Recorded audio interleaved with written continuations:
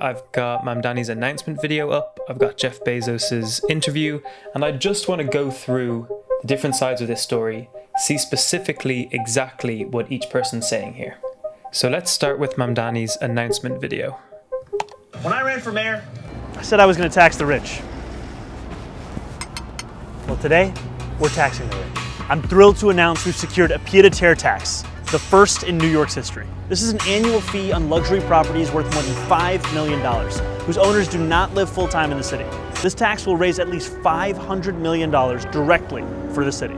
It'll help fund things like free childcare, cleaner streets, and safer neighborhoods. As mayor, I believe everyone has a role to play in contributing to our city, and some a little bit more than others. Happy Tax Day, New York.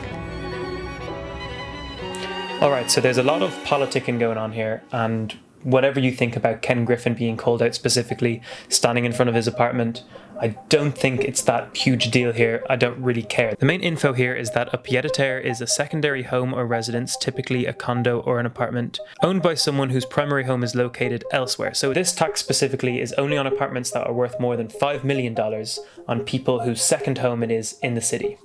Let's see how many people this is going to affect. So, how many people own second homes worth over $5 million in New York City? This apparently will affect 13,000 residences. New York City has 3.7 million total housing units. Okay, so 13,000 out of 3.7 million, that's approximately 0.35%. So this tax will only affect the wealthiest 0.35% of people who aren't even primary residences in New York.